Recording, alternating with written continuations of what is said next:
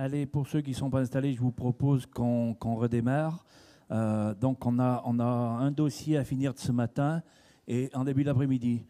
Voilà, tu fais une introduction? Parce qu'il me semblait qu'on l'avait faite ce matin, mais bon.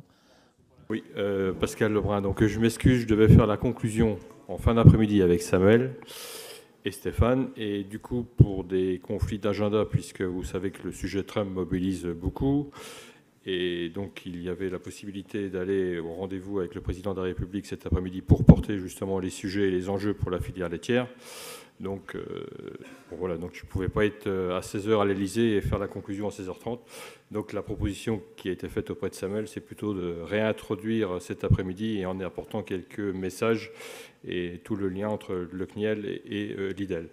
Tout d'abord, forcément, juste remercier le président d'IDEL, Samuel Bulot, représenter aussi les représentants du secteur laitier présents dans cette salle, les partenaires, et aussi donc les personnes qui sont à distance, puisqu'il y a aussi de nombreuses personnes qui sont derrière leur écran. Et puis aussi un petit message, puisque aujourd'hui il y a aussi, mais je ne les vois pas beaucoup dans cette salle, il y avait aussi d'inviter les élèves de BTSA qui étaient hier aux journées donc au challenge des lycées, donc France Terre de Lait, le challenge des lycées agricoles. Donc il y a aussi un petit mot de sympathie envers eux. Donc pour ceux qui ne connaissent pas, donc Pascal Lebrun, donc producteur de lait dans le Calvados, installé depuis 30 ans maintenant, hors cadre familial, donc un métier que j'ai choisi par passion, et je me suis investi dans un premier temps à travers le syndicalisme et après à travers la coopération, donc vice-président de la coopérative Agrial et en charge du métier lait, président de la coopération laitière depuis 2022 et président de l'interprofession laitière donc depuis juillet 2024. Donc installé avec mon fils dans le Calvados. Donc pour commencer à rappeler le rôle important forcément de l'Institut technique et de l'IDEL en particulier qui est à nos côtés. Il s'agit d'une ressource importante pour notre interprofession et l'IDEL réunit des experts reconnus dans des domaines de compétences et de recherche variés qui sont proches du terrain, qui fait sa force et sa renommée. Donc une collaboration étroite, précieuse, qui existe déjà depuis de nombreuses années entre nos deux organisations. Cette proximité qui est nécessaire nous aide tous à progresser, à nous améliorer, et c'est un atout indiscutable et essentiel pour aborder les sujets qui sont nombreux et relever les défis qui sont devant nous. En effet, les défis, ils sont majeurs, sont nombreux. Donc le premier, alors je ne sais pas s'il y a un ordre de priorité, mais c'est le renouvellement des générations, l'ensemble des maillons à travers notre chaîne.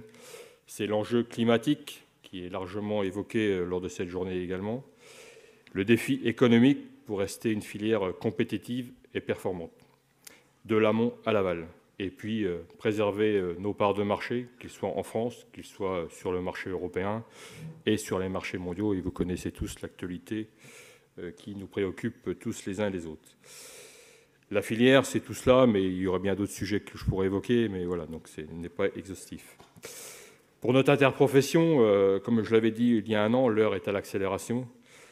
Accélération pour rendre notre filière plus attractive, performante, créatrice de valeur.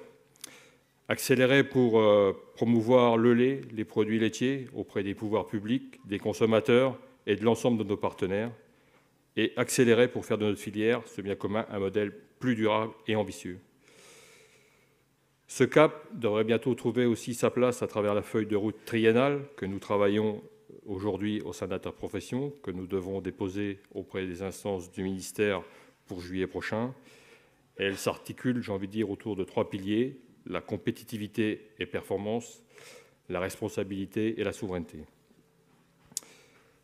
Pour accélérer le développement de cette filière, l'IDEL est un partenaire essentiel et notre collaboration doit non seulement se poursuivre, mais elle doit se renforcer et s'intensifier.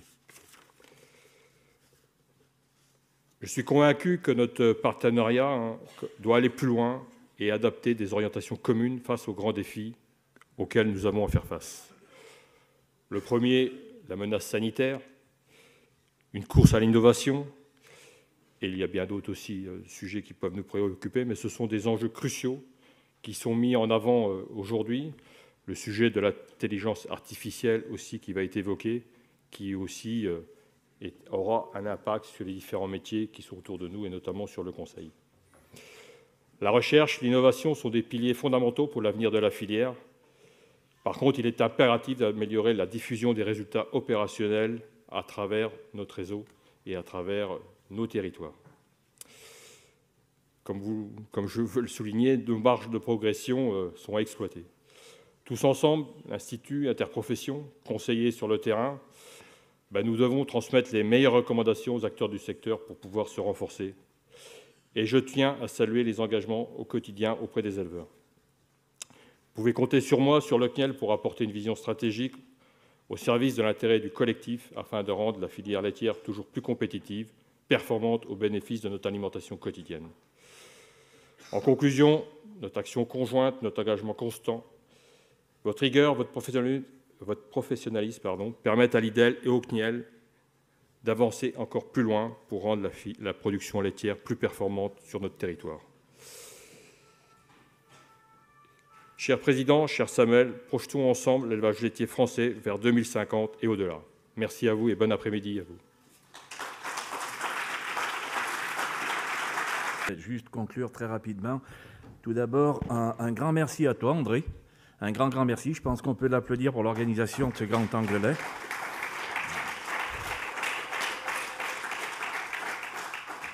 Un merci à toi, Sam, puisque moi, ce n'est pas mon premier grand anglais, ça doit être le 4e, mais c'est mon premier à la tribune, je ne m'y attendais pas. Mais c'était une grande expérience à vivre, c'était très intéressant, très intéressant, et voilà la richesse. Remercier nos participants, donc la salle s'est vidée, ça j'arrive à le comprendre, mais on a eu entre 350 et 400 participants dans la salle et aux antennes, voilà, et je suis très content. Faire un bilan de ce grand anglais. On a vu beaucoup de choses, ça a été intense, ça a été dit dans le sondage qu'on a fait. Nous, éleveurs, ou j'ai envie de dire la FNPL que je représente aujourd'hui, veut garder une France à 24 milliards. Et on l'a vu dans les premières présentations, une France à 24 milliards.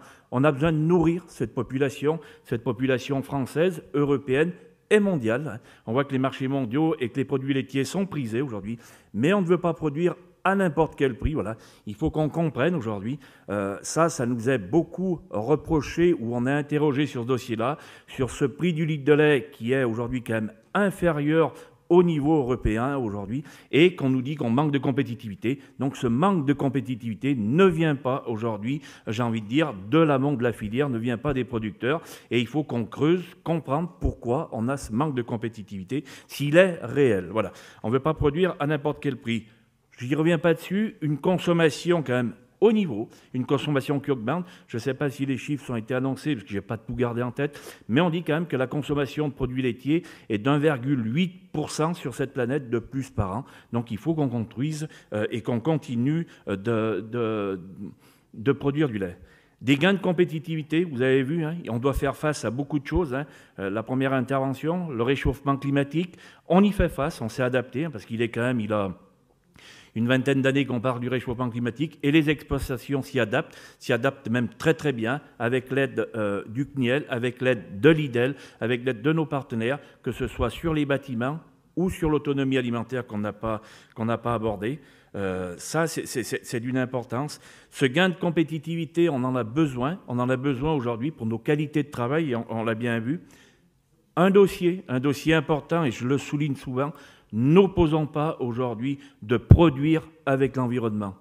Le système de polyculture élevage répond à ces attentes et répond à une attente aujourd'hui de biodiversité et de carbone aujourd'hui, et c'est des messages très positifs. Soyons-en fiers, et j'aimerais vraiment que certains aujourd'hui arrivent à reconnaître l'utilité de l'élevage et de l'élevage de ruminants pour entretenir nos territoires et aujourd'hui pour avoir beaucoup de travail. On n'a pas pu vous passer tous les dossiers, j'en fais quand même à partir de un qui m'a marqué l'autre jour, qui s'appelle un dossier de l'IDEL qui est au CBO sur la matière organique des sols, l'importance qu'on a besoin de matière organique des sols et qui vient de nos animaux. Voilà, ça c'est une importance, et cette biodiversité-là. Et ceux qui veulent nos détracteurs, voilà, il faut qu'on arrive. Ce que j'ai apprécié, et ce que j'apprécie, je l'ai dit dans mon introduction tout à l'heure, c'est la qualité des intervenants et la science. On n'est pas dans du discours populisme. Voilà. Et si je prends aujourd'hui, alors je ne vais pas être très long, mais si je prends le mode de communication qu'on a, ce système de réseaux sociaux que je déplore des fois aujourd'hui, on est quand même dans des discours populistes, d'agression. Celui qui parle le plus fort, c'est celui qui a raison. Non, on a de la science. On a été éduqués, voilà, il y a la science, il y a des réalités. Et quand la science a parlé, voilà, on s'adapte avec la science. On ne fait pas un discours populiste juste pour faire naître de la haine. Excusez-moi ce mot, mais je le vois quand même venir sur certaines choses, et je déplore quand même en 2025 qu'on en soit arrivé à ce niveau-là. Un contexte géopolitique qui a quand même été beaucoup souligné tout à l'heure, où il faut qu'on fasse attention et qu'on ne perde pas notre métier premier, c'est de nourrir une souveraineté alimentaire. Nos États, nos gouvernements ont mis ce mot-là, ont rebaptisé notre ministère, il faut que ça ait un sens fort. Je finirai juste ces quelques mots. Où est la place de Lidl, Président? Elle est partout. Elle est sur le plan économique, pour qu'on comprenne ce qui se passe. Elle est sur le plan environnemental, aujourd'hui. Les bienfaits de l'environnement, si on doit s'adapter. Nos exploitations, aujourd'hui, se sont adaptées, tout le temps se sont adaptées. Et on continuera de s'adapter. Et je finirai, Marie-André, sur le plan humain, sur les femmes et les hommes. Aujourd'hui, ces producteurs de lait et ces salariés qui ont une place importante. Moi, un grand merci à vous, voilà, et on continuera de travailler. Grand merci à vous et bonne fin de journée.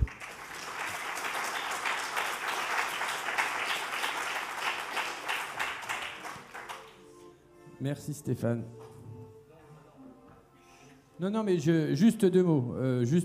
Vous dire que c'est vrai que Martial, mon prédécesseur, faisait le discours, mais il le faisait en tant que président du comité de filière lait, donc voilà, plus que président de l'Institut. Merci d'avoir conclu. Moi, juste remercier encore tous les participants. Je pense qu'on peut encore applaudir toutes les présentations qu'on a eues là, parce que qu'elles viennent des collaborateurs d'IDEL ou des partenaires du CNIEL, des chambres et des liances du Conseil. Enfin, on a eu des vraies présentations de qualité. Et voilà, le boulot de l'Institut, c'est ça. L'Institut, c'est pas le mien, c'est celui de tout le monde, c'est celui de l'élevage et c'est le vôtre. Donc voilà, c'est un grand plaisir pour moi. C'est mon premier grand angle. J'étais que membre de la FNPL l'année dernière quand je suis intervenu à Grand Angle, mais voilà, c'est avec une grande fierté, un vrai panorama qu'on a eu de l'étendue des travaux qui se font à IDEL. Et voilà, on compte sur le réseau des gens du terrain. Parce qu'à IDEL, on est là, on a des antennes, mais on n'a pas les moyens d'aller jusque vers tous les éleveurs. Et voilà, le partenariat et le collectif, il est important. Et petit focus aussi sur ce qui s'est... toutes les présentations, les comparatifs qu'on a eus avec d'autres pays, qui soient d'Europe ou plus largement au niveau du monde, enfin, ça fait partie du boulot du retour sur le travail et sur les projets au-delà de nos frontières, quoi. Les projets européens qui d'elles-mêmes permettent ça également. Et enfin, dernier truc, et après je vous laisse partir, le petit détail que Vincent et Clément ont dit en parlant de la photocopie qui au bout d'un moment n'était plus fiable. Voilà, l'humain a besoin de l'IA et l'IA nous aidera, et Dieu sait que je fais partie des convaincus, mais voilà, l'humain avant tout.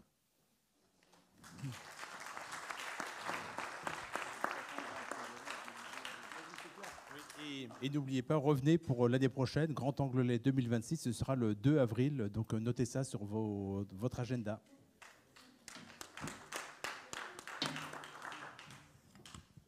Et juste, on ne sait pas exactement si on était...